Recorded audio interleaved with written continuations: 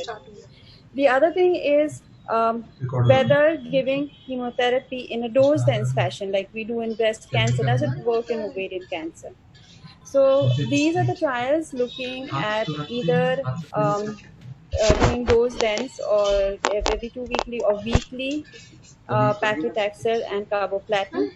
And in short, the consensus is that dose dense does not seem to have as much of a benefit as in breast cancer, and the PFS and the OS is pretty much similar whether you use it weekly or 3 weekly.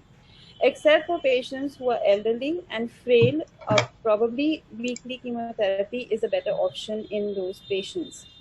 There was only the one Japanese study, the JGOG 3016, which showed a benefit. So it is not something that we use routinely for all patients, but in a subset of patients, it is definitely a valid option. Angiogenesis. So these are the studies looking at over 9,000 ovarian cancer patients.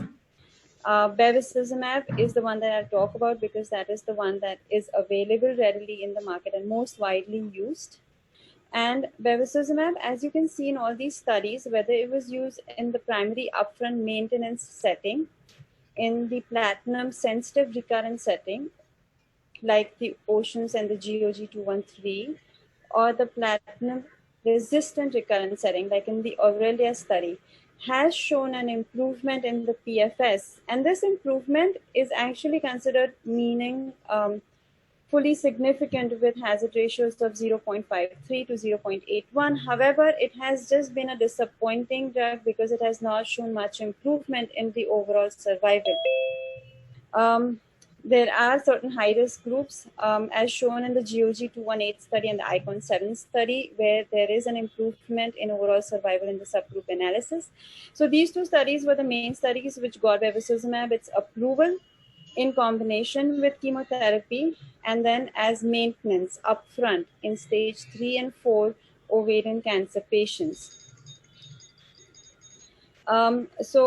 Just to point out the major differences, the GOG 218 the chemotherapy backbone was the same, pacli-carbo, and bevacizumab was used at a dose of 15 milligram per kilogram and for much longer duration, that is 22 cycles of 15 months. It showed an improvement in the progression-free survival, 14 months versus 10.3 months. And it basically showed that you have to give a bevacizumab maintenance in order to show this benefit. Overall survival, no benefit. And these are the potential toxicities that you're putting patients on for the benefit of PFS, which is mainly hypertension, proteinuria, and GI side effects like either bleeding or perforation. High-risk patients, stage 4 patients, there was a 10-month overall survival improvement. Also in patients who had ascites, seemed to benefit from bevacizumab. And the ICON 7 trial looked at bevacizumab at half the dose and only for 12 cycles. So I think in a resource-constrained setting as ours, this is something that we like. Because it reduces the cost. Again, improvement in the progression-free survival, especially in the high-risk group, not much in all comers.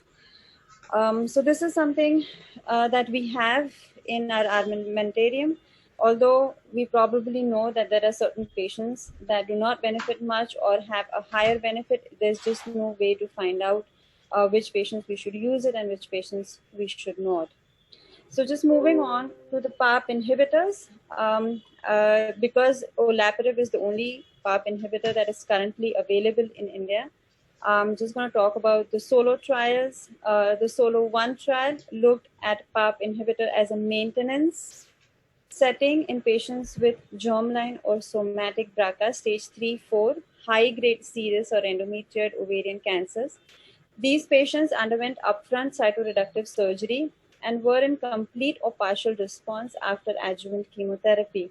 And it basically showed that the progression-free survival curves were widely divergent at 3 years. So 60 patients progression-free versus 27 patients progression-free, and a hazard ratio of 0.3, which is something that we've never seen in ovarian cancer. And so this is pretty exciting for the medical oncology community.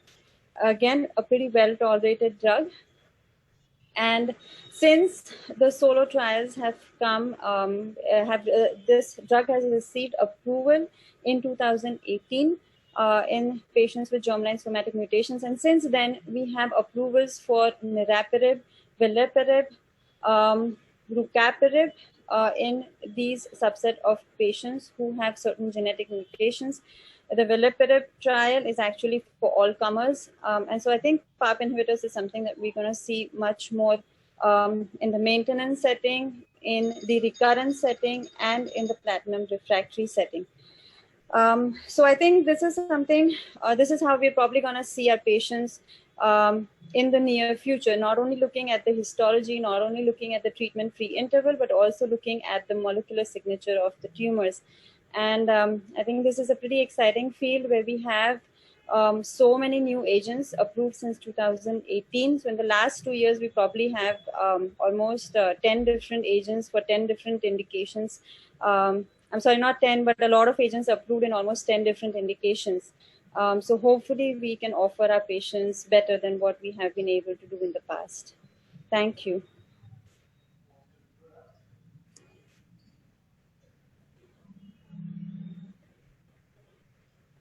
Thank you, sir. So that is the end of my talk. Yeah, Dr. Pankaj Shah, sir.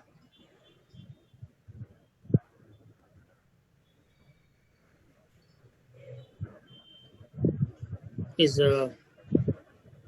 sir online? Oh. Mansi, it was excellent. Very nicely described the overview. Now we can move to the other speakers. Thank you, sir.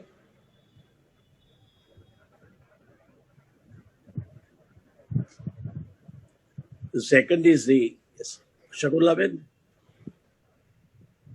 We have got the two more speakers. One is Dr. Rajiv Bhatt and then Dr. Vibha Nayak.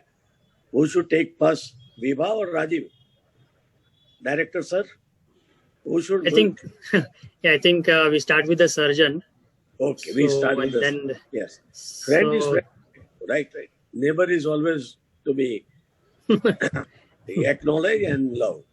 Rajiv? So basically, the issue is when the patient comes back with a recurrence after having taken primary chemotherapy, surgery, adjuvant chemotherapy, and then there's a recurrence. So do we go for surgical therapy up front, or do we give some chemotherapy or targeted therapy and then go for surgery? What are the benefits? What are the pros and cons? So Dr. Rajiv Bhatt, who is the director of the HCG Baroda Hospital and a very senior surgical oncologist, would be a proponent, obviously, of the surgical aspect. Dr. Rajiv, please. Thank you. Thank you very much, Shishir, and a very warm good evening to everyone. Actually, it's a wet good evening here in Baroda. Raining cats and dogs outside.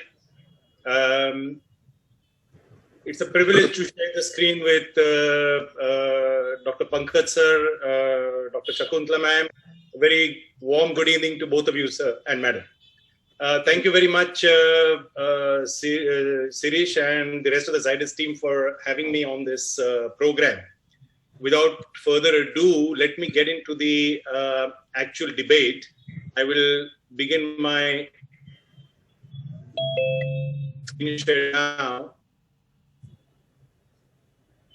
And I hope that it is visible. Yes, sir, it is visible. Yes, please give me the feedback. Is it visible? Can we go ahead? Yes, sir, it's visible. All right. So I am arguing for secondary cytoreductive surgery up front at the first relapse of a CA ovary that has previously been treated. And in order to press home my point and convince all of you against a formidable and esteemed colleague, I will have to do two things. One, show that it translates into longer progression-free survival and overall survival as well.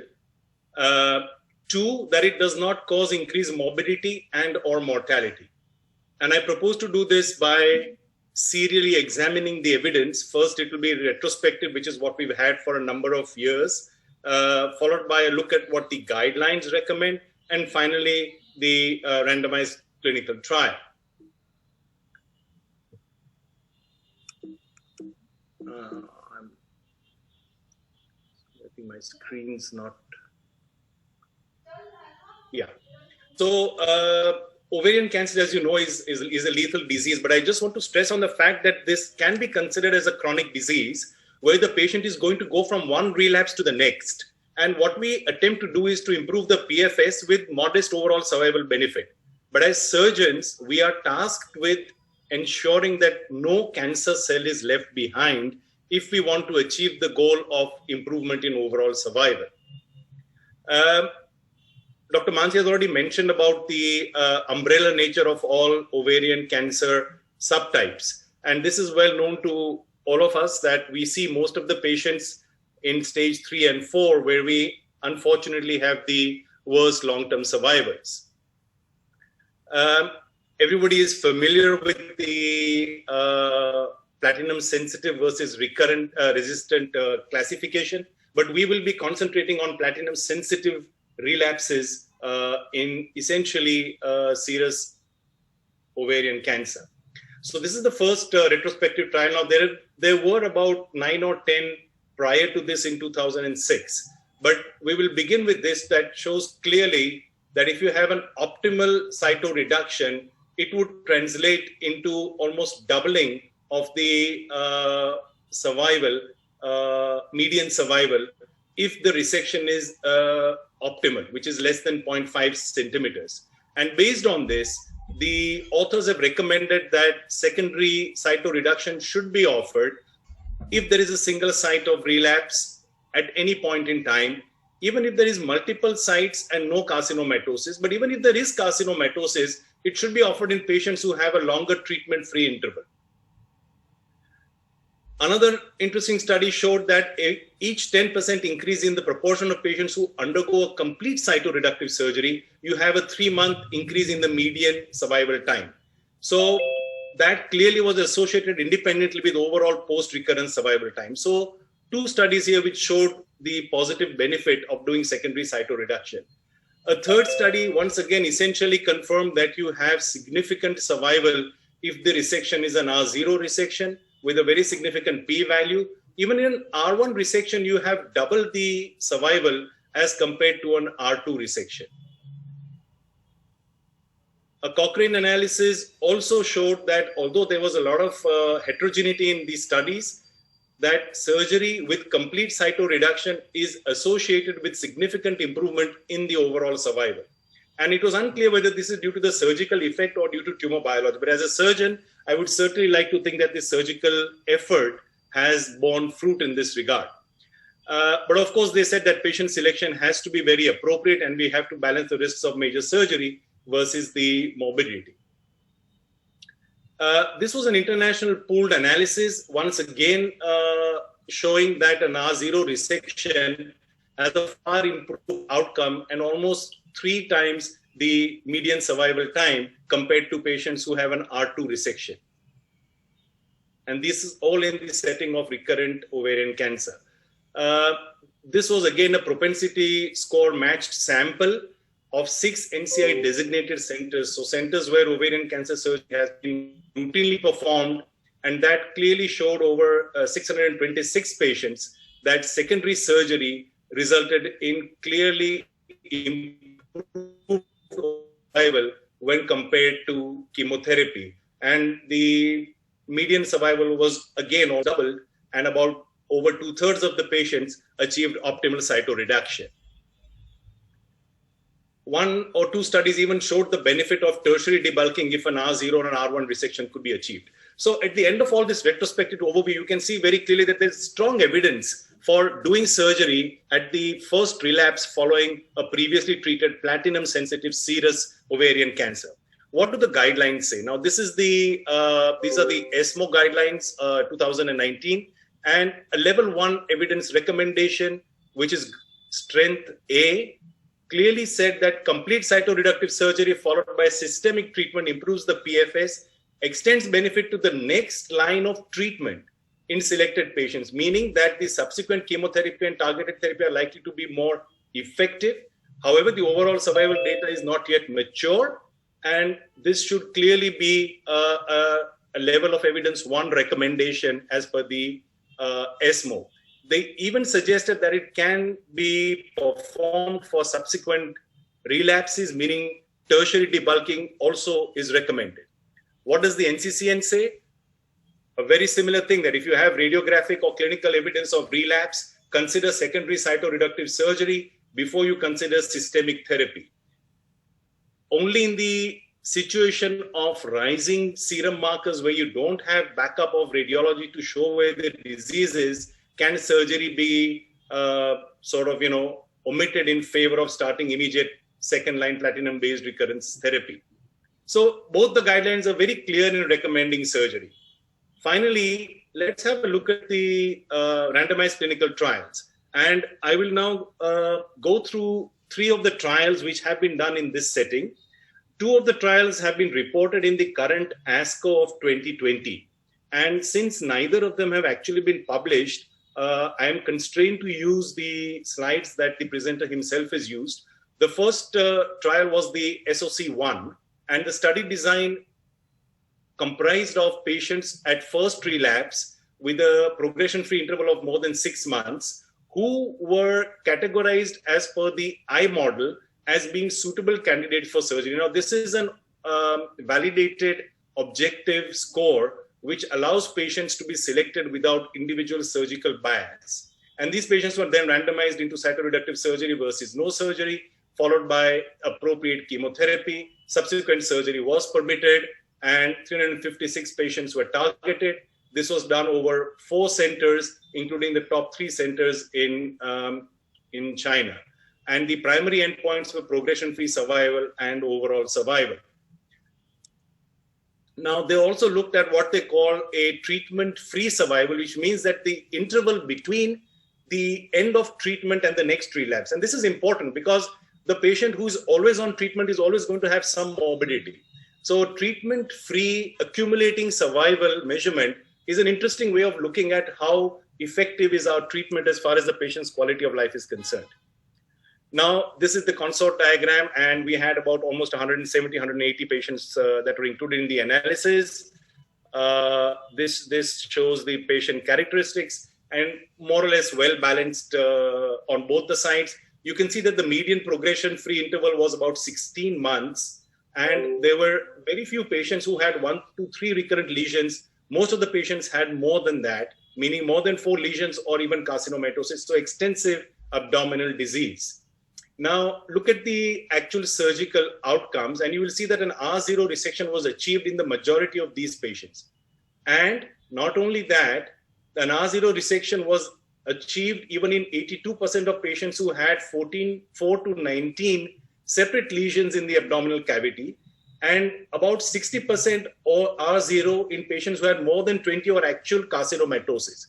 So surgery done at good centers by experienced surgeons is going to result in an R0 resection, which will translate into significant improvement in the progression-free and overall survival. Please also note that the morbidity and the mortality were completely acceptable and at par with the primary surgery, which we don't even question now. This was the progression-free survival and improvement of 5.5 months between surgery versus no surgery. This was an exploratory endpoint about the effect of the categorization of the resection, an R0 resection giving the optimal survival of 18 months. The overall survival difference was about 4.2 months, but it hadn't yet reached significant because the follow-up is still accruing. Similarly, the R0, R1, and no surgery comparisons showed similar outcomes. So the conclusion was very clear that there is an advantage of 5.5 months in the PFS. The overall survival results are still awaited. The interesting thing was that imaging showed 1 to 3 lesions, but at surgery, in about 1/3 of them, they found much more extensive lesions. And that is when surgical effort is important, because a lot of centers will close these patients saying that it's extensive disease, whereas experienced surgeons will go ahead and perform an R0 resection, even though there are more than, up to 419 lesions, even carcinomatosis. So it's important to achieve maximum secondary surgical efforts. Dr. The Rajiv, second you have 1 trial minute. is the landmark desktop trial, the AGO desktop 3, and Dr. Rajiv? this actually proves conclusively the point that I'm trying to make. I will quickly go to the Dr. findings. Rajiv, you have 1 minute. Sorry to interrupt you. They looked at the AGO score, which is an objective score, and the interim analysis was already planned, but now they have the final results. The patients were equally matched. I will quickly go to the results, and you can see that there is a significant 7.7-month improvement in the survival as compared to the chemotherapy arm. Even in the overall survival, there's a 4-month difference in the median progression-free survival here. Let us look at the complete tumor resection, 33 months with an R0 resection and 15 months with a complete resection over no surgery. So even with chemotherapy alone, you add 15 months by adding effective surgery. So clearly, both of these randomized trials showed that there is an improvement in PFS and OS. I will leave the GOG 213 very controversial trial. I'm sure that Dr. Vibha will take it up to support her points. I have the rebuttal ready. If necessary, I can come back with that. But let me end by saying that surgery and chemotherapy have to work hand in hand. You cannot omit one if you want adequate results. So final slide, that all the retrospective study favors surgery, guidelines favor surgery, randomized trials favor surgery. My question is one and simple. Where is the debate? Thank you for your attention. Thank you, Rajiv. That was a very romantic slide, the second last one. So, may I invite Dr. Vibha now to propose her support for the use of chemotherapy upfront. Yeah, you can hear me now? Yes. I'll Yes, start my slide shared screen.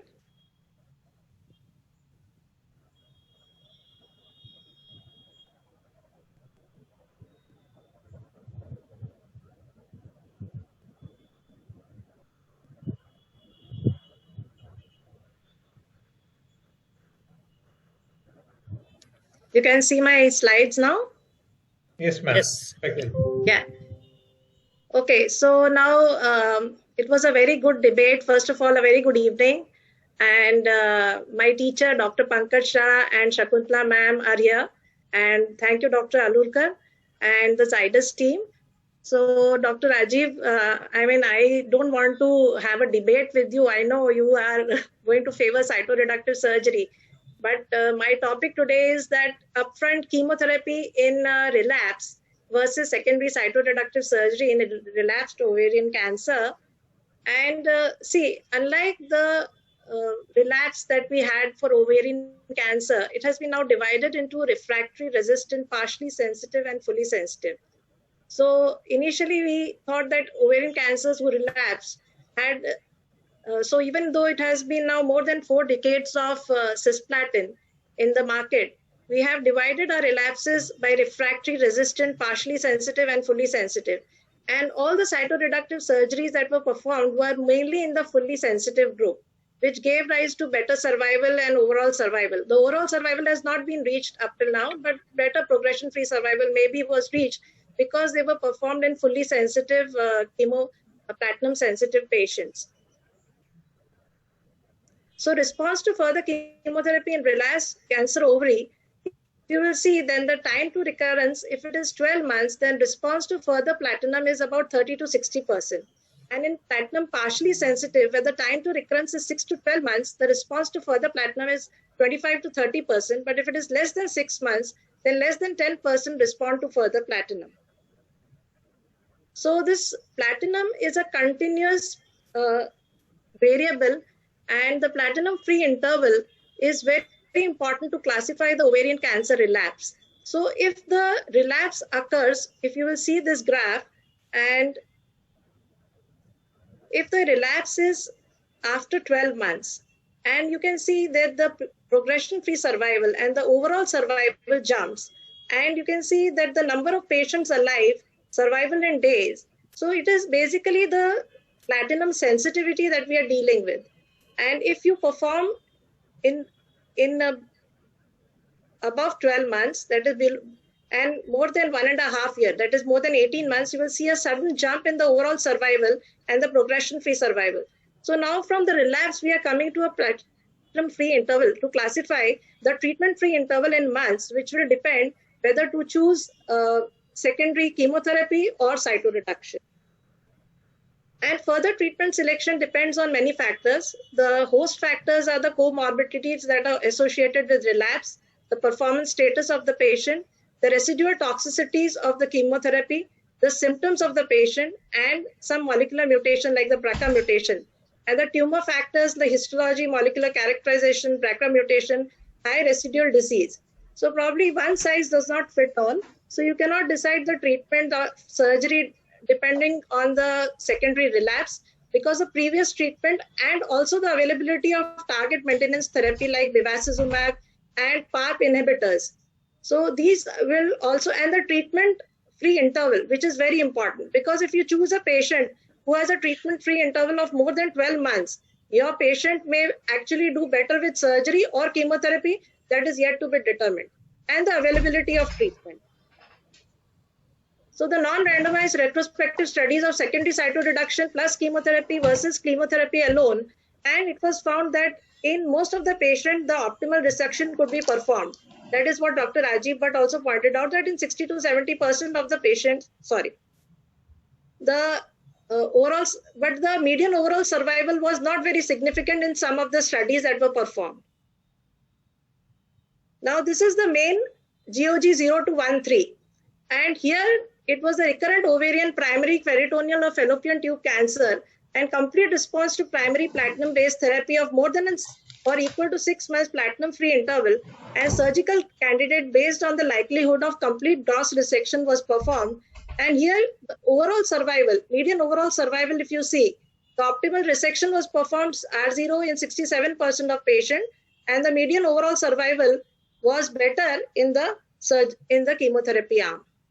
So 485 patients were enrolled, of which South Korea and 212 were from South Korea and 17 were from Japan. So we had an ethnic group of Asians, and 256 were from the United States, of which 485 underwent randomization.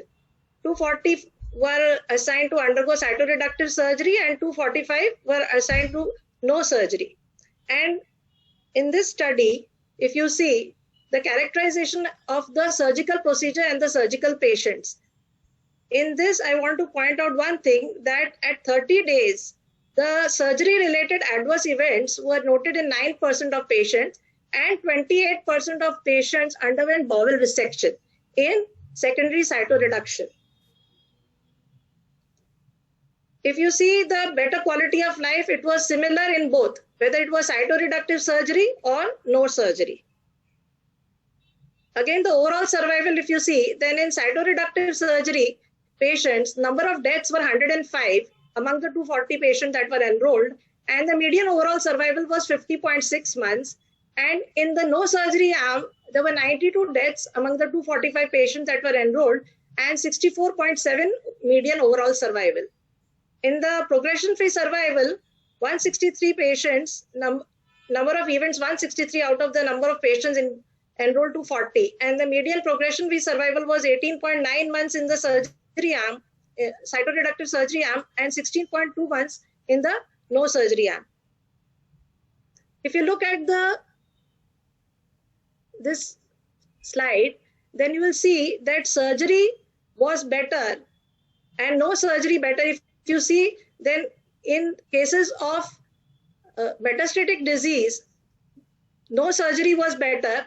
And when there was, if you see the ethnicity group, then in the non-Hispanic whites, no surgery was better. And the histological type, serous type, no surgery was better.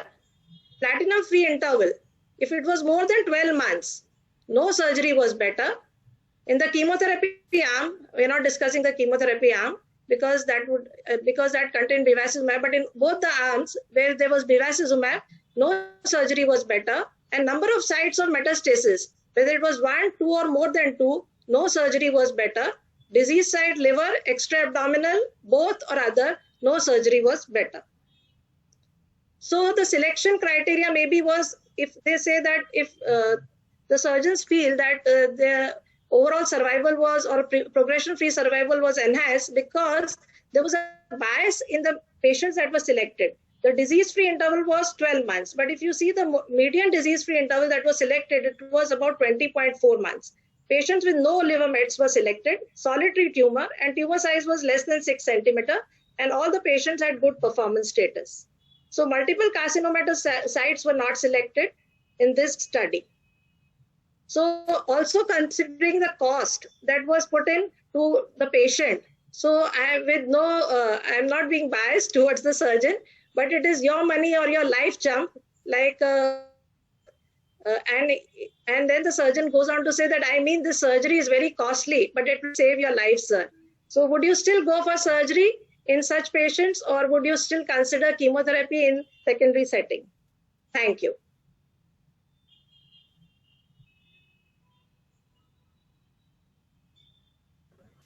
Yeah, Dr. Rajiv, would you like to add something?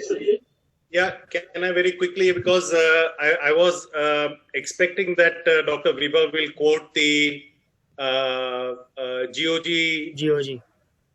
Yeah. So if I can very quickly come back to that, you see, there were serious problems with the GOG 213 study, and the most important problem with that, let me just quickly come here, was that there was a significant selection bias.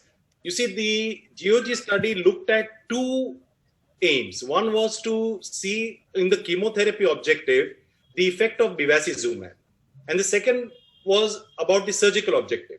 However, when it was published, it was actually the surgical objective that was focused more upon. And here it was the surgeon who decided whether this case could be operated upon or not. The patient also, type of patient, very low amount of disease, 1 or 2 sites only. There were multiple centers and no criteria about the quality of surgery or the quality of the center or the surgeon. There was a complete imbalance in the bevacizumab use, and there were 2 additional factors which you can see down here that resulted in diluting the effect of surgery. Now, this is a statistical thing, and I won't get into that right now. But if you read the actual paper, you will find that the author himself mentions these points as being significant in diluting the impact of surgery.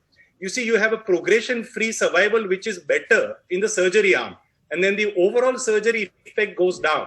And that is purely because of the statistical play. And if you read the article and the trial in greater detail, you'll be able to appreciate that. Finally, I want to say that the trial was funded by Genentech, which meant that they gave all the bevacizumab. They also co-funded the entire GOG trial. And how did they actually conclude? You see, their conclusion was that it did not result in longer overall survival than chemo alone. But the objective got completely diluted by the use of bevacizumab. And, subsequent comparisons with these 3 trials, there was no objective evaluation. Both the other 2 trials, SOC1, AGO, had objective evaluation methodology. And that actually is very important when you want to consider comparisons. And both of these trials showed improvement in survival. Only the GOG 213 did not. The increased complications in surgery Dr. Vibha mentioned, yes, exactly, because the centers and the surgeons were not standardized. So one does expect that to happen. So my final point is that good surgery in appropriately selected patients will add to the effect of chemotherapy. And if you don't do surgery, you will deprive the patient of that benefit. Thank you. I have a feeling. Can I talk? Yeah. So I feel, it is the platinum-free interval. So that is very important selection of patient. So if you select the patient upfront, where the patient has a very resistant disease, no matter what you do, even if you do a surgery, that patient is going to come back with a relapse. So it is very important to carefully select the patient. So I would say that platinum sensitivity is mainly more than a year. I wouldn't even say 6 months, because more than 6 months, I would still not consider as a platinum sensitivity. So more than a year who respond to treatment and have been disease-free, in that case, because I never use bevacizumab as adjuvant treatment. I don't even use it as in maintenance. So some surgeons would be very cautious to do a surgery in a patient who has been on maintenance bevacizumab. So I feel that more than a year of disease, platinum-free interval is what would determine. And see, I also want to know about the bowel resection and the morbidity of the surgery, because sometimes the patient comes back with a stoma.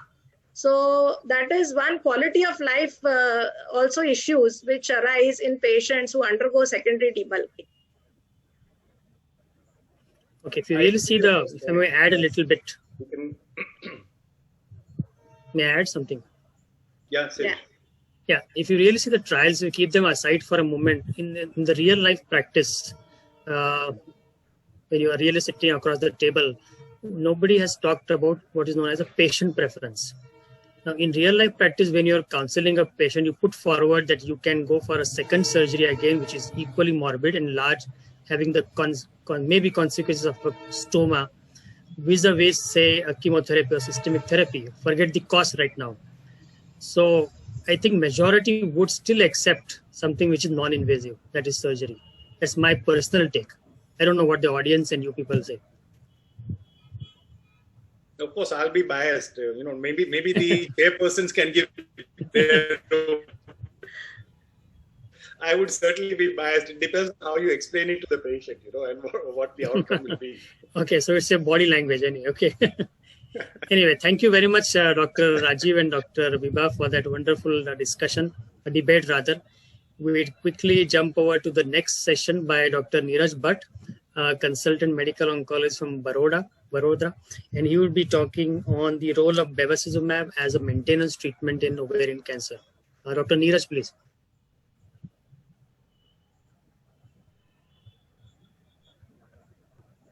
Good evening, everyone. Yeah, is my screen visible? Yes, sir. It's visible, sir. Yeah. Good evening, Dr. Pankaj Shah, sir, Dr. S.P. Shah, ma'am, and my senior colleagues. I thank you, Zydus, at the outset for considering me as a speaker for this topic.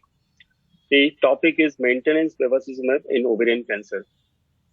We know that current standard of care for epithelial ovarian cancer is surgery and chemotherapy.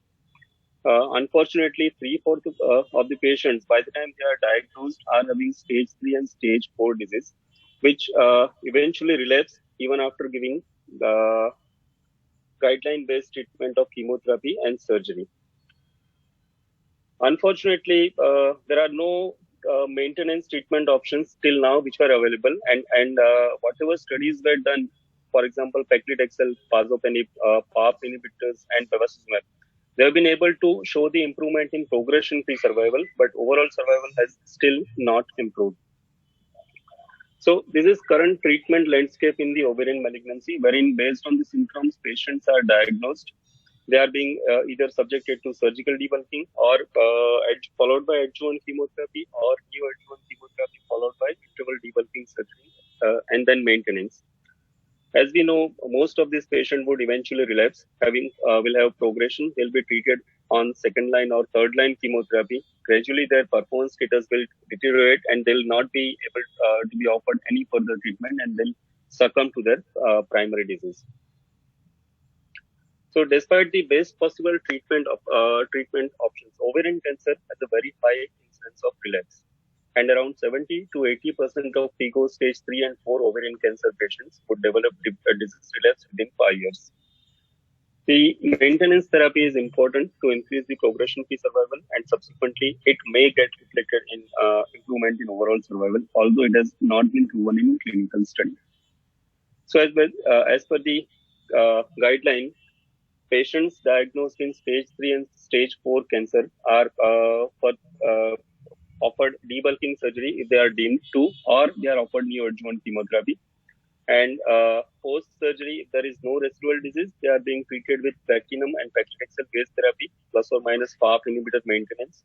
And if they have residual disease or have suboptimal resection, they are offered platinum and paclitaxel-based chemotherapy with bevacizumab, followed by bevacizumab maintenance. And based on the time of relapse, they are diagnosed as platinum-sensitive and platinum-resistant cases. Platinum-sensitive cases are again being re-challenged with platinum-based therapy combination, and resistant cases are being treated with second-line or single-agent therapy, which includes taxanes, liposomal doxorubicin, topotecan, etc. These were early bevacizumab trials which proved that bevacizumab as a single agent can elicit response in around 16 to 24% of patients, and many of these are platinum-resistant cases. These are phase 3 studies of bevacizumab, which have put bevacizumab as a frontline treatment option in adjuvant therapy.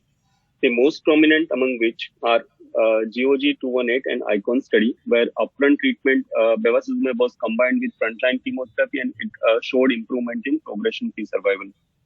OCEANS and GOG 213 study explored the role of bevacizumab in recurrent platinum-sensitive ovarian malignancy. They showed significant improvement in progression-free survival, and certain subgroups they almost doubled the response rate. And Aurelia was the one which explored the role of bevacizumab in recurrent platinum-resistant case, and again it showed improvement in progression-free survival with combination of chemotherapy. So to go in little more details of GOG 218, patients with newly diagnosed epithelial ovarian malignancy, fallopian tube and primary peritoneal cancer having stage 3 optimally and suboptimally developed, as well as stage 4 cases were enrolled. The 3 arms were, one was chemotherapy arm, one was chemotherapy with bevacizumab arm, and third was chemotherapy bevacizumab arm followed by bevacizumab maintenance. The dose of bevacizumab was 15 milligrams per kg, and it was seen that the progression-free survival was improved with significant p-value in chemotherapy bevacizumab followed by maintenance arm. Based on the protocol-defined analysis, there was an improvement of around 3.8 months in progression-free survival, and based on CA125 censored analysis, almost 6 months improvement in progression-free survival was noticed with p-value of less than 0.0001. But if you look at the overall survival, all 3 curves are overlapping, meaning there was no improvement in overall survival at the time of PFS analysis. The common adverse events were very specific to VEGF receptor groups and included hypertension, proteinuria, arterial and venous thromboembolic event, and a little more increased incidence of bleeding. One of the subgroup analyses showed that patients who presented with ascites had better improvement with addition of bevacizumab, both in progression-free survival as well as in overall survival. So this was one of the subgroups where overall survival was improved, and as per the recruitment data, almost 80% of patients had ascites at the time of enrollment. Then comes ICON study, which is another landmark study which established the role of bevacizumab in adjuvant treatment. There were little salient differences between GOG 218 and ICON 7, which are important to mention. One of the most important differences was the enrollment of patients also included patients with stage 1 and stage 2 cancer, that is early stage ovarian cancer, which was not the case in GOG 218 study. The arm which used chemotherapy plus bevacizumab as adjuvant treatment without maintenance is missing in ICON 7. And third and most important difference was the dose of bevacizumab in ICON 7 is 7.5 milligrams per kg, which is almost half that of than the one which was used in GOG 218 study. At initial PFS analysis, there was no improvement in bevacizumab arm and chemotherapy arm.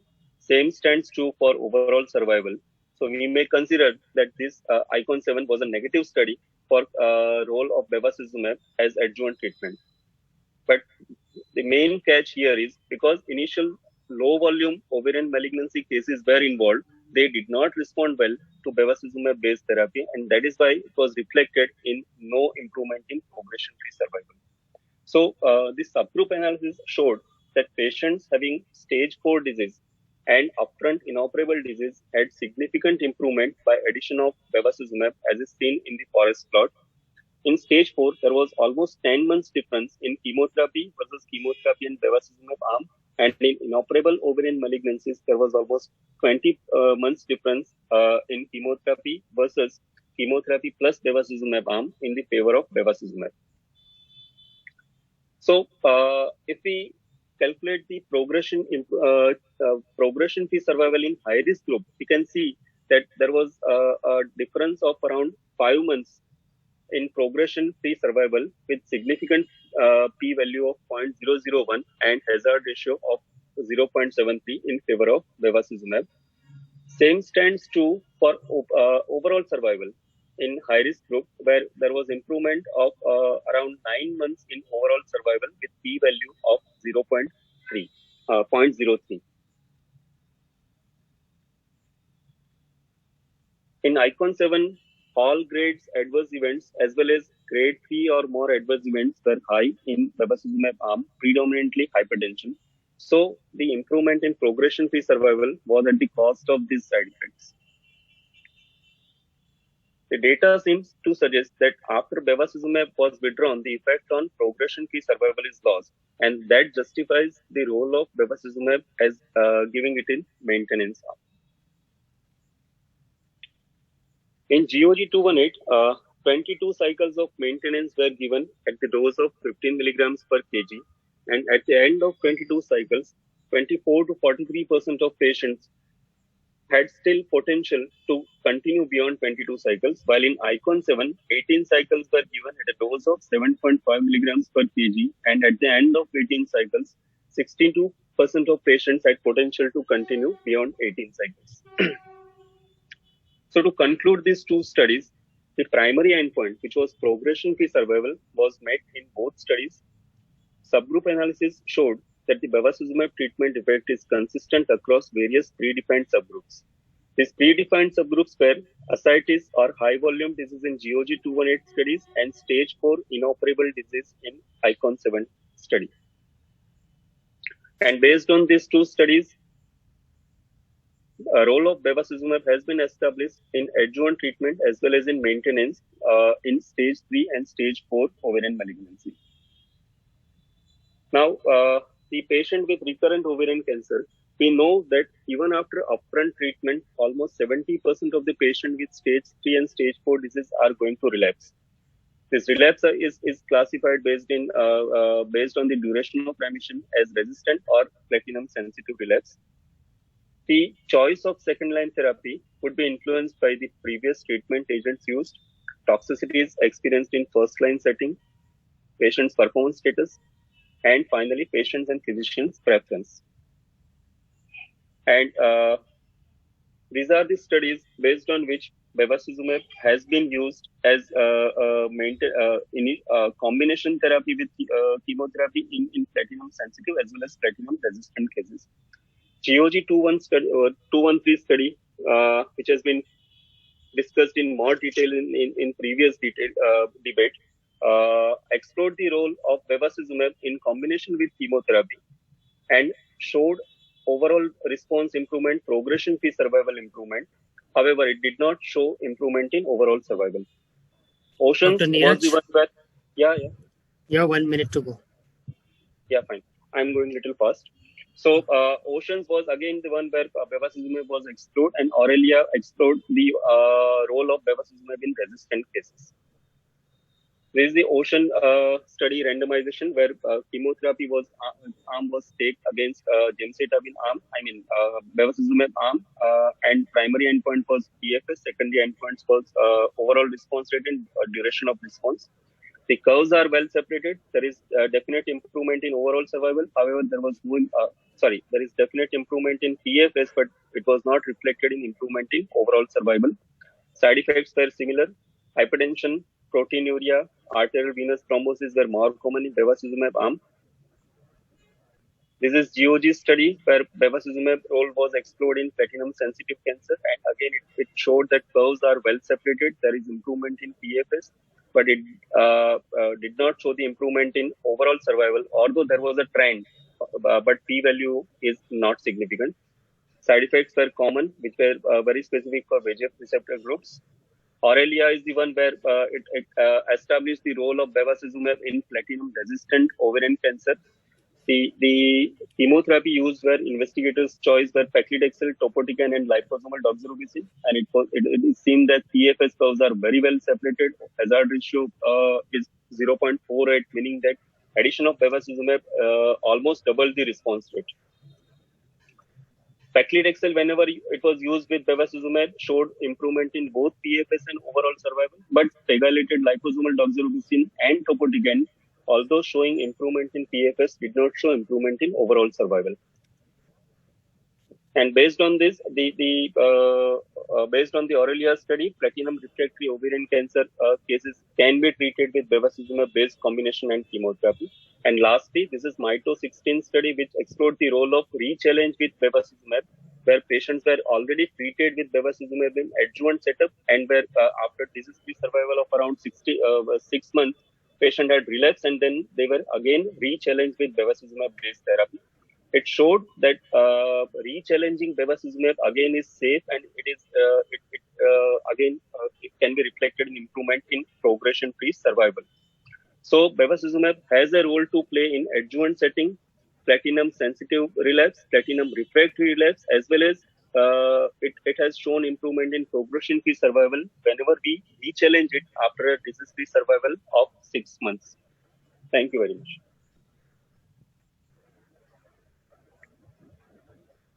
Okay, thank you, Dr. Neeraj. We'll immediately go to the next session, which is the panel discussion.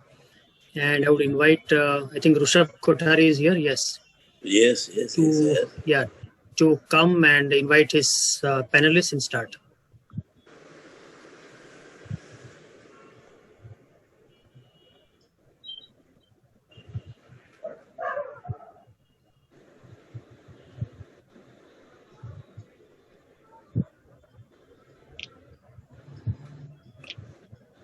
Good evening, everybody.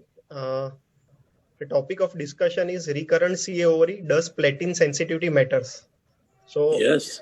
The panelists are Dr. Kalpesh Prajapati, Dr. Rahul Jaiswal, Dr. Pinaki Mato, Dr. Rushit Shah, Dr. Archit Joshi, all 5 medical oncologists, Dr. Nitin Singhal, Dr. Shishir Shah, both surgical oncologists, and Dr. Sushma Patil, geneticist. So I will just give a brief background. These are the terms we routinely use for relapsed cases: platinum refractory, platinum resistant, partially platinum sensitive, and platinum sensitive disease. Why is this platinum free interval is very important? Because it corresponds to response to platinum and non-platinum drugs. It denotes chemosensitivity, and it denotes the PFS and OS. So platinum free interval is important for that purpose. There is a very beautiful line written in ESMO guidelines that this definition is based on observational studies. बस कहो जी, आ जाएंगे. So these categories are based on observational studies, and it is a continuous variable. It is not a clear-cut 6 months mark or 12 months mark, which we need to understand. So is there any data where platinum is used in platinum resistant cases? So there are some small series where you will be astonished to see response rates in 50s, 40s. So generally in platinum resistant cases, we see response rates in range of 15 to 25%. But these are really small series, and all the series are generally between 2000 to 2007, where there was a concept that gemcitabine will reverse the platinum resistance. But what is important to note is there is some response to platinum even in platinum resistant relapse. So I would like to ask all the 5 medical oncologists in sequence whether they use platinum in any situation in platinum resistant relapse. Dr. Kalpesh? I just didn't listen. So do you use platinum, cisplatin or carboplatin or oxaliplatin in platinum resistant disease in any subset of patients? No. Dr. Rahul? Is Dr. Rahul there? Yes, Dr. Rahul is here.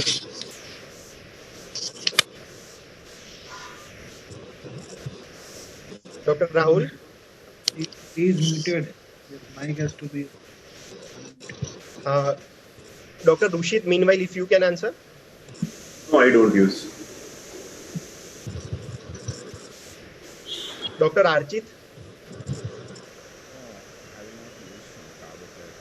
Okay. Dr. Pinakin Mato? very exceptional cases. Mostly I would not use, only if I've run out of other options. Okay. So we will see some cases and I will want all of your opinion whether you will use in this case or not. Right. So this is a 58-year-old female, advanced C ovary, clinical stage 3C, high-grade serous adenocarcinoma, post 3-cycle Peckley carbo as NSCT. She has good serological, radiological, clinical response. Last cycle completed on just a day prior to lockdown. She was planned for IDS. She sent CT scan looked well. We planned IDS, but she couldn't come. She defaulted because of pandemic. And after 4 months, she comes with progression. Will you re-challenge platin or not? Fast yes, no. Dr. Kalpesh? It would be better to know what was the CA125 and... so CA125 was 1020. After 3 cycle and what it happened in... CA125 baseline was 1200. Post 3 cycles was 25 and now it is 425. I think I would take it as a platinum refractory and will use second line or something. Dr. Rushid? So here patient has not actually completed the treatment and she probably defaulted. So that's why we would take a chance and we would challenge we would start again the treatment. Yes, Paclitaxel and carboplatin. Dr. Archit? I will go with the same regimen, Paclitaxel and carboplatin. Dr. Rahul, is he there? Dr. Rahul is there, but there's some issue. He's not. Dr. Pinakin? See, that we have not done a surgery here, so it's not fitting in that definition of exactly that we are planning for platinum resistant or platinum sensitive. Given the thing, and I would definitely re-challenge her, but I would be very vigilant about the response, and I would definitely be. I mean, this patient might go into a platinum refractory state later on. So, I agree with most of the opinion that we would, if patient is fit for doublet and platinum, we would try to re-challenge at least once, so that if we can take her for surgery again. So that is also my opinion. So will you give platin in this patient? 58-year-old female, advanced CA ovary, clinical stage 3C, high-grade serous adenocarcinoma, 3-cycle Peckley carbo, interval debulking surgery, R0 resection, 3 cycles adjuvant chemo. There is relapse after 15 months. Then she receives 6 cycles of gemcitabine carboplatin. There is radiological CR and she relapses after 5 months.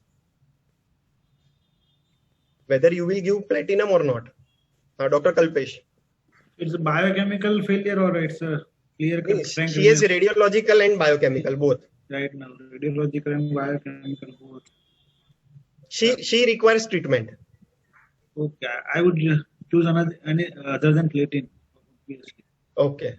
Dr. Rushid? I would not use platinum in this patient. Okay. Dr. Archit? I will consider this patient as platinum refractory and I will not use platins again. Okay. So now if I say this patient is BRCA positive, will your opinion change?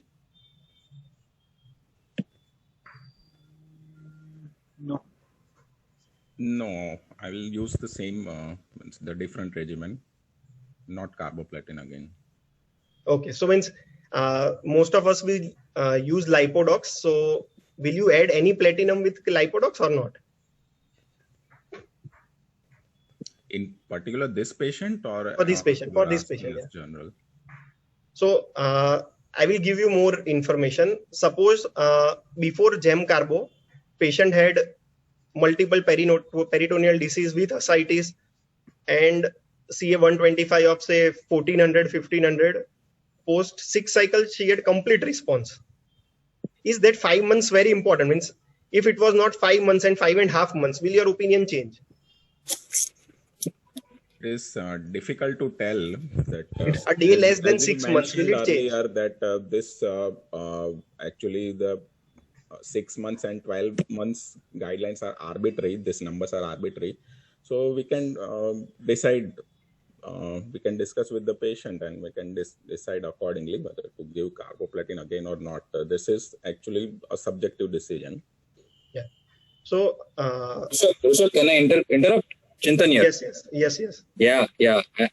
I just wanted to say, very nice point you highlighted was she had a radiological CR after 6 cycle of gem carbo, and she is germline BRCA positive.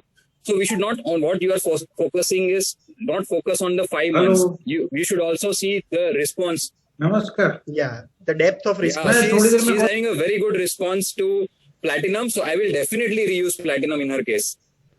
So, if although patient she has is relapsed fit at and 5 months, yeah, yes, she is tolerating it well and having a very good response. I am in favor of reusing platinum based on her very good response and good tolerance. That was my view, hence the case.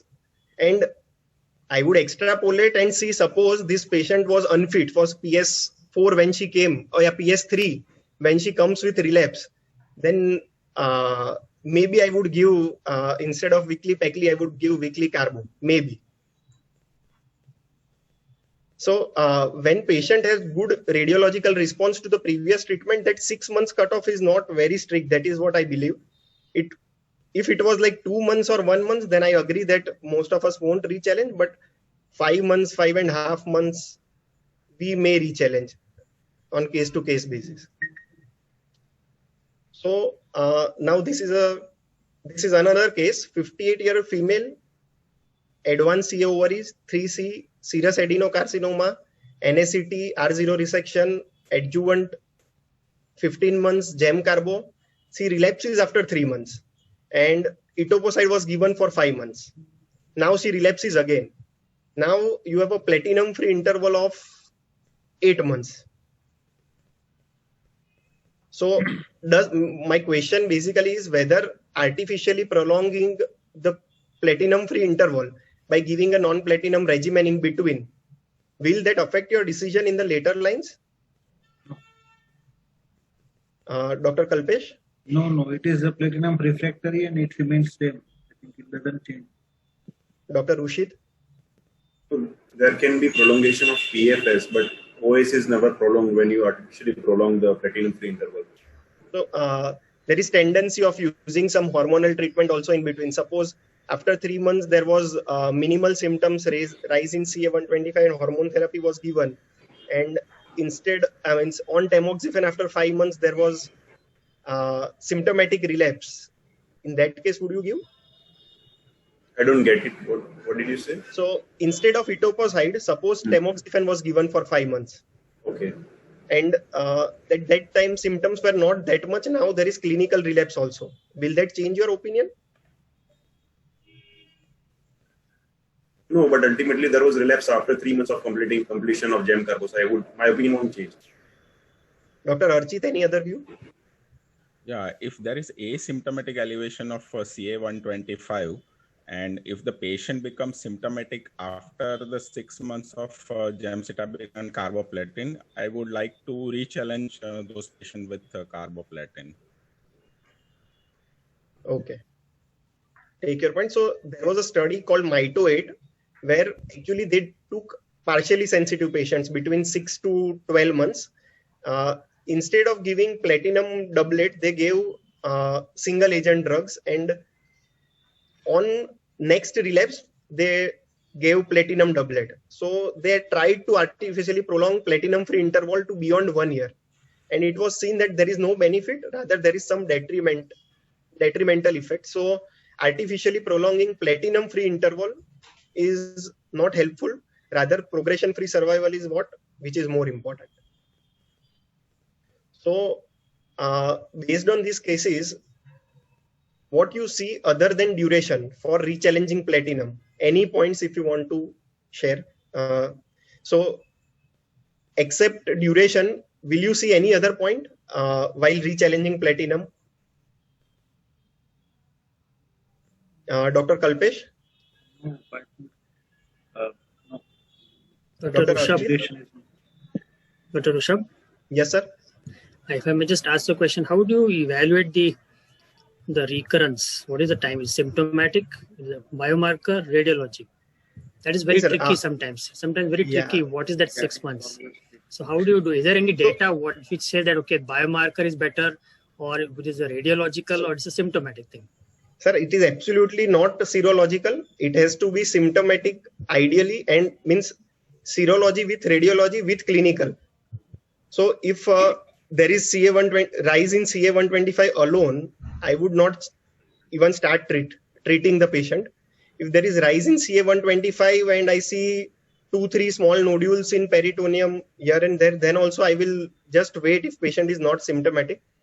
But if there is say a nodule of 2 centimeter just besides ureter or right on the bowel and there is some risk of obstruction, then I may treat at that point of time. Otherwise, in all the situation, it should be based on your clinical symptoms rather than serology.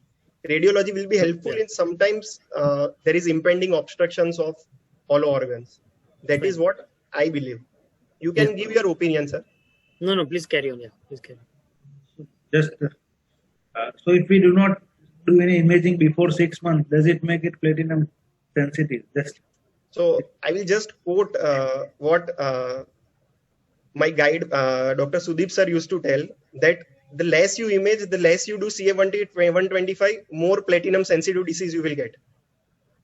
So which I believe strongly. Right.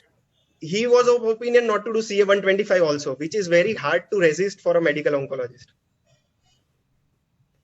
So I've just taken some points. This is my view. I don't have any data to support this. What I see other than duration for rechallenging platinum, it is prior response and especially the depth of response. Especially when it is used in first relapse, the quality of surgery done prior. Whether patient has any hormone recombinant gene mutations, BRCA mutation, germline or somatic. Obviously, clinical factors like prior toxicity, hypersensitivity, what line of therapy it is, and performance status and GFR and all that. So these are some points I do see, but I don't have strong evidence to back for this. If any other point, Alurkar sir, Dr. Mansi, Dr. Chintan, if you want to add any other point. I think this depth of response would matter if there is borderline platinum-free interval, like between 6 to 12 months. Then we would consider these factors. But if it's clear cut like 2 or 3 months, we would not consider the depth of response. Yeah, so I will still consider like 6 months is the ideal cutoff as per. It is more for trials to be conducted rather than for clinical use. So if it is 5.5 months or 5 months, I would still be liberal in using platinum if patient is fit. Right. I want to make up a point in this regards that if the patient has a relapse and it is more than 1 year. Dr. Shishir, I am coming to your question. I have similar question for you. Yeah. So what is the role of secondary CRS? So Dr. Shishir and then Dr. Nitin Singhal. When will you do a secondary cytoreductive surgery or secondary interval debulking surgery? Which patients will you select, or what do you expect from medical oncologist? When should they refer to you?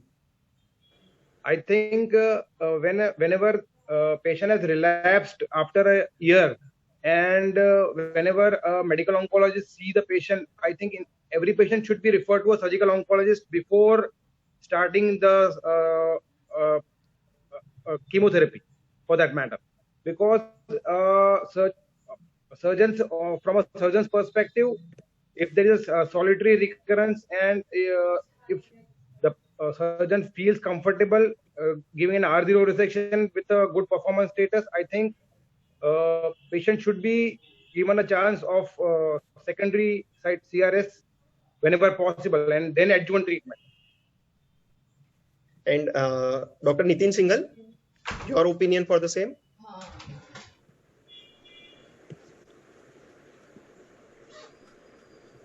Dr. Nitin?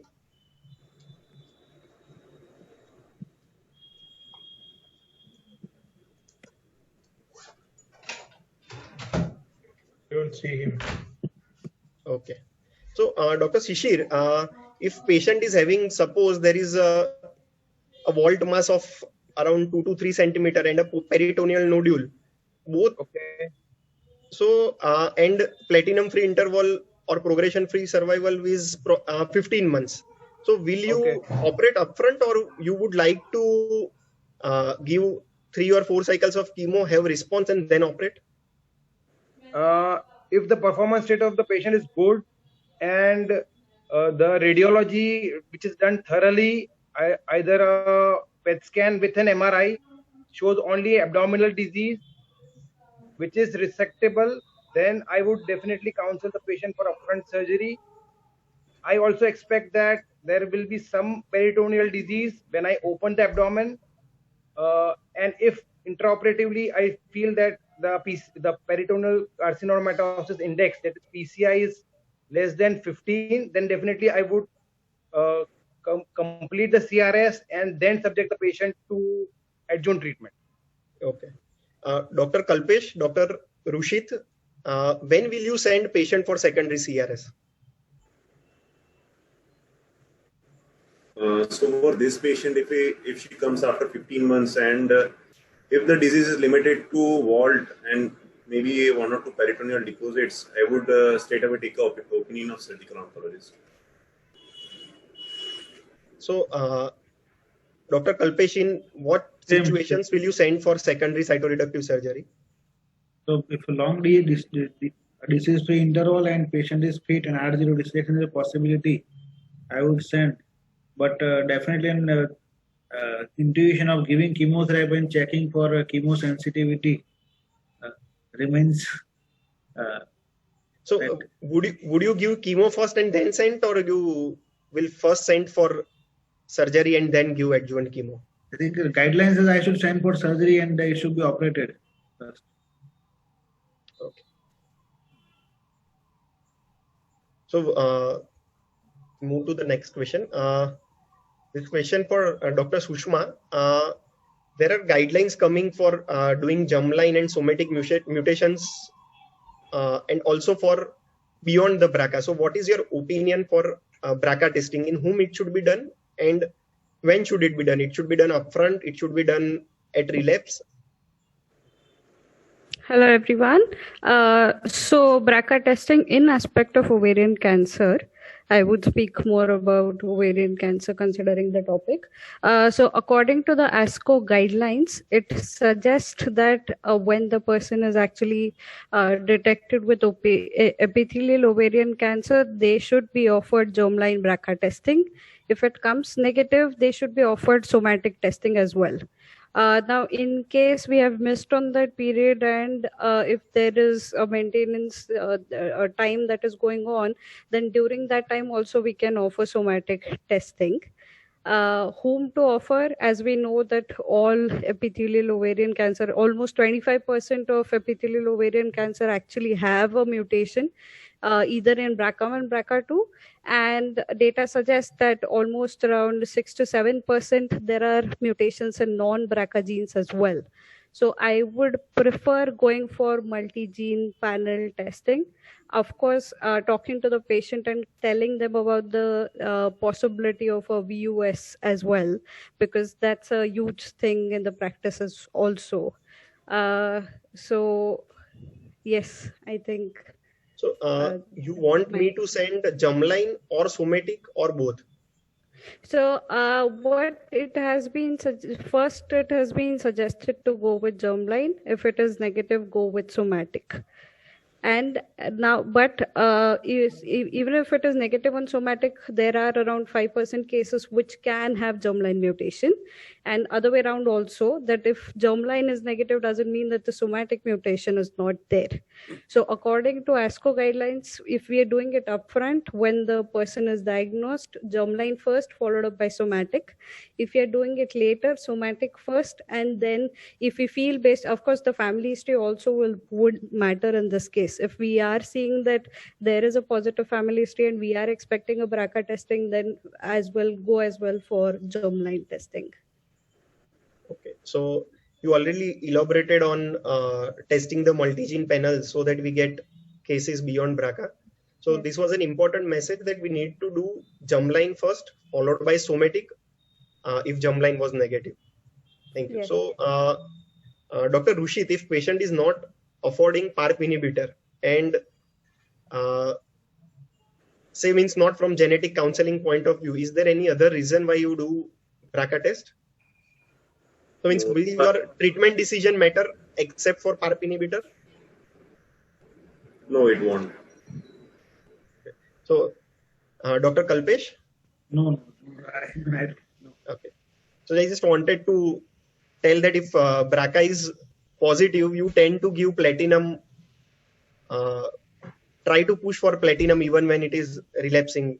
Say maybe the second case which we saw, if it is 5 months or 4.5 months or 5.5 months and BRCA positive, we may push for platinum even if patient is not affording PARP inhibitor. Generally, this BRCA positiveness would be reflected in the platinum-free. Yeah, generally patient would be having a larger platinum-free interval. That's right. So the thing I wanted to convey through panel was there are some situations where we may give platinum on case-to-case basis, even in platinum-resistant cases. So this is all I wanted to discuss. Thank you. Happy Independence Day in advance. Jai Hind.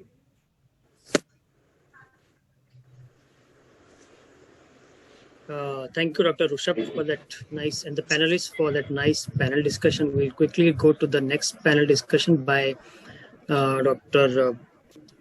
Who is doing it? Yeah. Hello.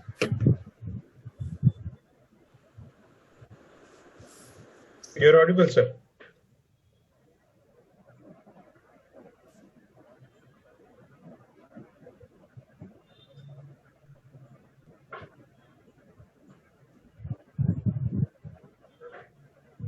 Chintan Kumar. Yeah, you can start. Yeah. Sorry, I was disconnected. Dr. Chintan, please. Yeah, please. Yes, sir. So, good evening, everyone. A small request to the organizers. I am not able to share my screen. Somebody has blocked me from sharing the screen. So, can you please unblock me? Hello. Yes, sir. Just a second. Archit, can you check?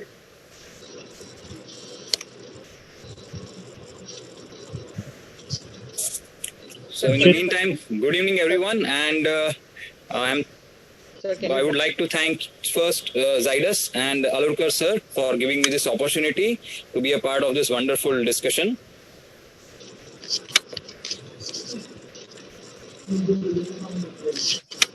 I think Rushabh has to stop sharing, something like that. Somebody is sharing, that's what I'm getting the message. This will stop others. I'm not sharing currently. Okay. I don't know then. Sir, can you try now? Yeah, sure. Yeah. No, but this is not that. I'm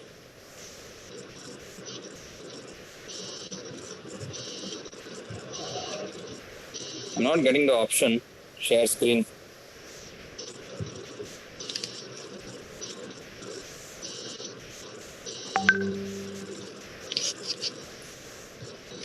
Share Microsoft OneDrive, Google Drive, Box, Photo, Document, Web URL, Bookmark, and Whiteboard.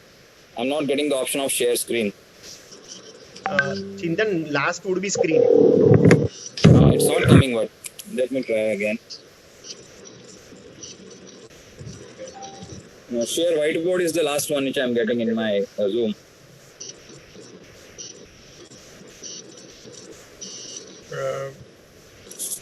Possible to share that deck, sir? Yes, sir. Yes. I'll mail it.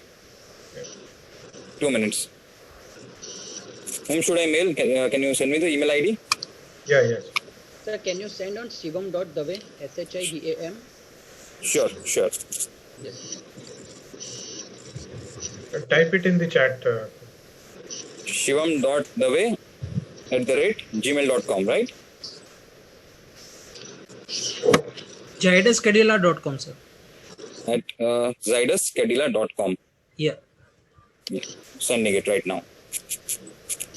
Shivam.dave, yeah. It's there already. Send.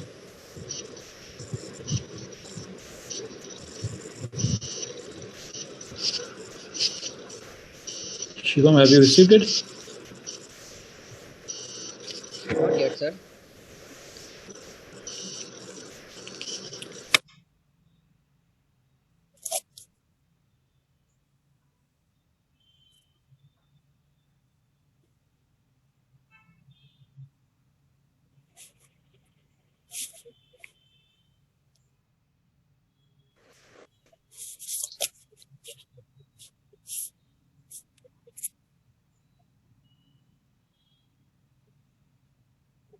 Have you received, Dr. Shivam? No, sir. Just I am waiting. It's showing send in my mailbox. Yeah, maybe you will be getting in next couple of minutes. So, I think we can start ahead even without the slide set. The first question is very much obvious. So, my panel discussion. Hello. Hello. Yes, sir. You're audible, sir. Please. Yeah, audible. Yeah. Should I start away with, even the slides will be coming soon? I'll start with my discussion without wasting time because it's already 9 o'clock. Is it okay, Alurkar sir? Is it okay?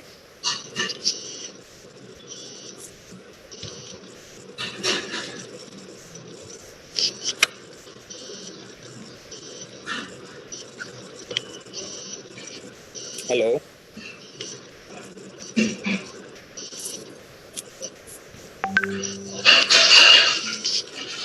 Dr. Akash Shah and Dr. Gautam Makari has not been able to join in. Other panelists are there. So I will introduce my panelist, Dr. Hani Parekh from Surat, Dr. Akash Patel, Dr. Priyanka Patel from Ahmedabad, Dr. Ankit Patel from Surat. Gautam Makari has not joined, right? No, sir. Dr. Ekta Wala, medical oncologist from Ahmedabad, Akash Shah and Dr. Hitesh Khatwani. So all it's a panel of all medical oncologists. So coming straight to the first question, my topic was recurrent ovarian cancer changing paradigms. So my first question is, whenever you think of a platinum sensitive recurrent ovarian cancer, what all treatment options come to your mind? Can we start with Dr. Hani Parekh? Yes, sir. For a platinum sensitive patient, I would like to re-challenge platin. Okay. And so chemotherapy, number one. Yeah. Platin will be option comes to your mind? bevacizumab, which is one. Okay, And second option. definitely a patient with CA ovary, I would get BRCA gene tested, so mutation test, and Right. accordingly, I will go like if she is BRCA mutation positive, so PARP inhibitor would be my preference. Okay. So these three things comes to your mind, right? Chemotherapy, platinum based, bevacizumab, and PARP inhibitor. Apart from this, anything you would like to say? No, apart Okay. like this three are the main. Fine. Dr. Akash, you also have these three options. Anything more or anything less than this? Dr. Akash Patel, is he there? Okay. Dr. Priyanka? I would like to add HRD testing if it is feasible. BRCA plus HRD. Okay, fine. Anything else comes to your mind? No. Okay. Sir. I'm not talking about just first relapse. Any relapse, maybe second, even third. Dr. Chintan sir, I'm sorry. Yes. Sir, still haven't received. Can you resend, sir? I will text you my mail ID on chat. So I had your mail ID saved. I mean, it was already there, and I have sent it showing send in my mailbox. Okay. Yes, sir. Waiting for that. Yeah, it will maybe taking some time to come. Fine. Anyways, we'll continue even without that. The questions are not on. Many questions Rishabh has already covered, so there's hardly a couple of questions. So, Dr. Ekta, you would like to add anything to this? Apart from these three options and getting BRCA and HRD testing done?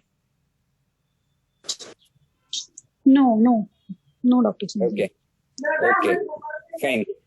Dr. Akash Shah, do you have any other option in mind for these patients?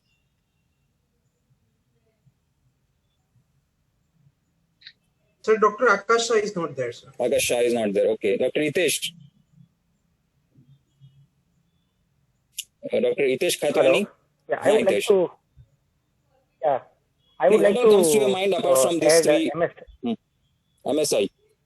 Yes, very good. I I would like MSI. to have MSI testing. Correct. Very good. Anything else? Yeah. So here is my presentation. Thank you, Shivam. So yes. Wait, Shyam. So options. What all options come to your mind? So I got all these answers. So anybody wants to add to this? Okay. I will go to the next thing. Next, please. So these are the 4 options which comes to everyone's mind. But if you see, there are total 8 options available. And these are the 3 or 4 common options which always keep on our mind. So one is chemotherapy, which was discussed, chemo plus Bev, chemo alone followed by PARP inhibitor, which was again discussed, chemo plus Bev followed by PARP inhibitor plus Bev. What we missed out was CRS and CRS plus HIPEC. Being medical oncologists, many a times we do forget this option, that CRS is a very good option for low burden, long interval, which we discussed a lot in the previous few sessions. The last 2 are just for theoretical purpose because the data is coming up. Hitesh rightly mentioned MSI testing as one of the options for pembrolizumab, and there is some data coming for PARP inhibitor as a single agent therapy. So as you all know, we have multiple options for platinum sensitive disease now, and it's becoming like breast cancer, hormone positive disease, which is the best sequence and how to sequence these options, right? So all this 8 listed. I would like to briefly go through this next few slides. So the study 19 was the one which showed a clear-cut benefit in terms of PFS with using PARP inhibitor, irrespective of the BRCA status. And if you can see the small box on the right-hand side, BRCA mutant, the hazard ratio was 0.18. So there was nearly 80% chance of reduction in the risk of recurrence or death. And BRCA wild type, it was nearly 50% reduction in the risk of recurrence or death. Next, please, Shivam. So this shows that all the patients benefits, but BRCA mutant patients benefit more than the wild type ones.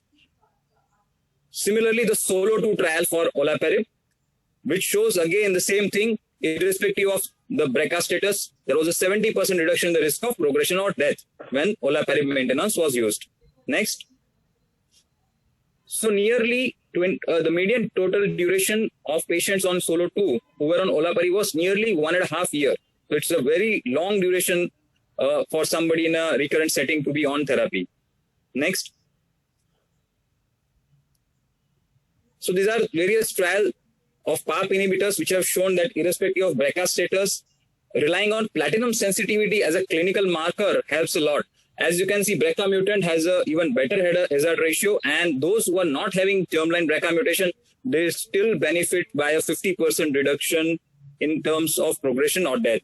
So irrespective of BRCA, PARP inhibitors do work well. Next. So this is again a tabulated form of all the 3 PARP inhibitors and bevacizumab, which is again one of the approved drugs for platinum sensitive as well as recurrent platinum resistant ovarian cancers. Next. So this is the table from PAOLA-1 trial. So now as PARP inhibitors are showing such a good response, such a long duration of disease-free interval, they are moving into first-line maintenance. So this was PAOLA-1, where immediately after the first-line therapy and CRS, patients who were having germline BRCA mutation or those who were HRD positive were kept on olaparib maintenance plus bevacizumab versus bevacizumab alone. So this graphs curves, Kaplan-Meier curves clearly show that there is a significant benefit of adding olaparib to this. And Dr. Mansi showed in the initial few slides that at 3 years, nearly 60% of the patients were disease-free on olaparib arm versus less than 30% in the chemo alone or the chemo plus bev arm.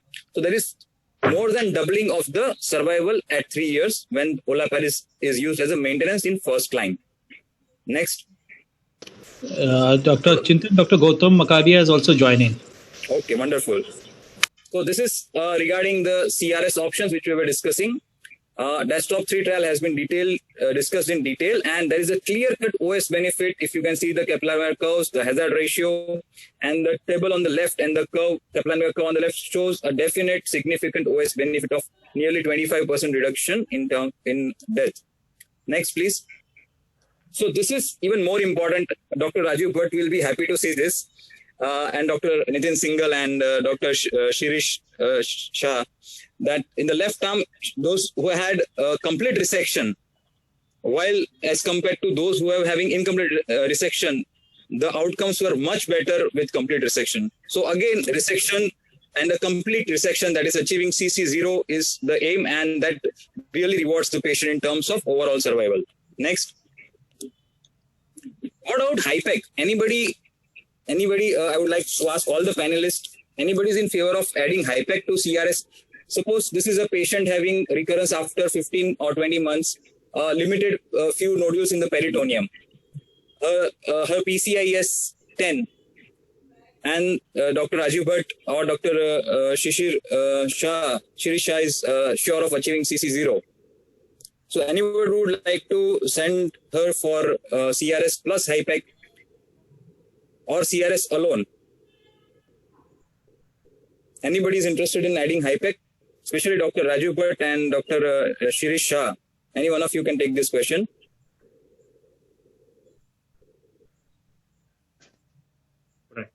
Are they available? I think everybody has gone for dinner. No, Chintan, I mean, Shishir would be better able to answer that because he's done a few HIPECs recently. But I personally would not be in favor of adding HIPEC, current ovarian cancer that easily. The patient selection has to be perfect because in this situation, if the morbidity outweighs what we are trying to do in terms of benefit, then it will be a disaster. So this is PCI 10, sir. This is PCI 10 or 9, less than 15. And limited few nodules in the peritoneum, no extra abdominal disease, no disease in the liver. Yeah, then as I said, the data is out there that it clearly adds benefit to what we are doing in terms of just the surgery. But as I said, in practice, individual patient selection is critical for HIPEC. So what do you consider as a selection factor for doing or considering or advising the patient for a HIPEC? You've mentioned the objective criteria very well, but I think here, the patient preference and their understanding of the morbidity that will ensue with the addition of HIPEC has to be factored in. We have had patients who are candidates otherwise, but who don't readily agree to undergoing HIPEC. Right. So that is, the differentiating factor. But I mean, theoretically, you have all the factors which would promote, the use of HIPEC in this situation. Clearly. Fine. Dr. Shirish, you would like to add something to this?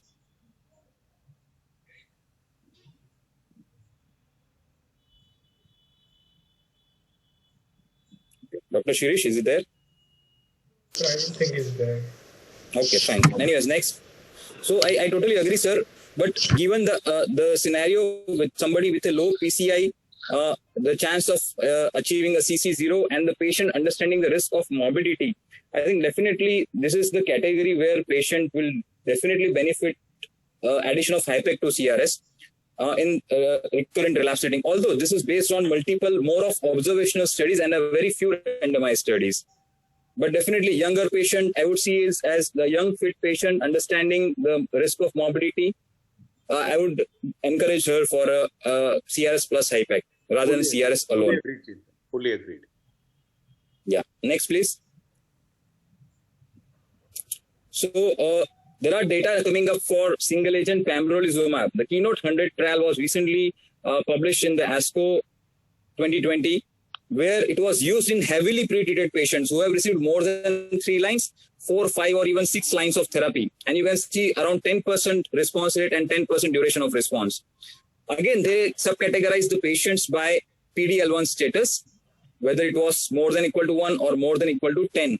And the median duration of response and median overall survival was in the range of 18 to 20 months, which is quite astonishing. Somebody who has received 4, 5, or even 6 lines of therapy and having survival of another 18 to 20 months. This is something very encouraging. And I would say, but I will reserve this therapy for a later line, would not be very keen to use it upfront. Anybody has any opinion on this? Anybody knows any data apart from this? Especially for the pembrolizumab or any other checkpoint inhibitors? I would just like to make a comment here that most of the serous tumors are not MSI high. That is what we see in practice. That is why we see lesser response rates. So patient selection and MSI study is really important in such patients. So this was, Hitesh, this was based on PDL1 and there was no MSI tested in this. These were all categorized based on PDL1. Those who had PDL1 positive, more than equal to 1, were enrolled and were given. This was a small study. This was a small study of few hundred patients. So again, there is something newer thing which we are seeing, not only MSI, but even for later lines, you can look for PDL1. This study tells me that when the treatment options are exhausted, MSI is stable, I should go and check for PDL1, whether that is positive and I can offer this option or not. Yes, agreed. Right. So next, please. So any particular preference we discussed about, this question was mainly for the CRS and high-plex patient. About BCR, biochemical relapse, whether to treat or not, this has already been discussed in the previous session. Anybody who is keen to treat any biochemical relapse, anybody is treating or wants to treat because of some fear of disease coming back, anybody is in favor of treating, with a chemotherapy especially, or any other IV therapy, biochemical relapse? Anybody favors that? No, I think nobody gives, right? Right, fine. That was the thing. Many a times the patients are very much anxious seeing the report and they feel that CA125 coming to 100, 120, it means the disease has come back. We get the imaging done, patient is asymptomatic. Already many a times they come with at least a sonography report and that is not showing anything, and we reassure rather than you wait for some time. Disease will come back, but this is not the right time to start your any IV therapy. Like next slide, please. So again, this is the slide already shown by Dr. Rajiv sir. I would repeat again. Next. So BRCA testing indication. So is there any particular category where you will prefer BRCA testing? Dr. Hitesh, I will start from you. As per all the guidelines, BRCA testing should be done in all the patients of epithelial ovarian cancer. At the outset, a baseline I would like to do, and as mentioned by Madam also, that BRCA testing we should go for germline first, and if it is negative, then we should go for somatic testing, and preferably via broad NGS panel. NGS panel, agree, totally agree. So these are next, please. Next slide. So this is the importance irrespective of age and family history status. BRCA is to be done in all ovarian cancer, because if you categorize by only family history, you will miss 40% of the patients of BRCA mutation who may not have any family history. Again, by age, there is no age criteria. Patient at any age can have this, and irrespective of age, it should be tested. Next. Again, this was already included. It should be done at diagnosis. Next. So only tumor BRCA testing, or there is a little controversy regarding this, germline first or somatic first. I think it was discussed that germline should be tested first and then somatic. But what if we do the tumor test first? Already we have the tumor blocks with us, and there is 5 to 10% chance that there is no germline mutation and there is only a somatic mutation, which will be detected in the tumor. And then if it is detected, we can go back and check in the blood whether it's a germline or a somatic. And if germline, we can have a genetic counseling as well as screening of other family members. Anybody does this reverse way, tumor first and then germline? Or everybody prefers the germline first? Dr. Hani Parekh?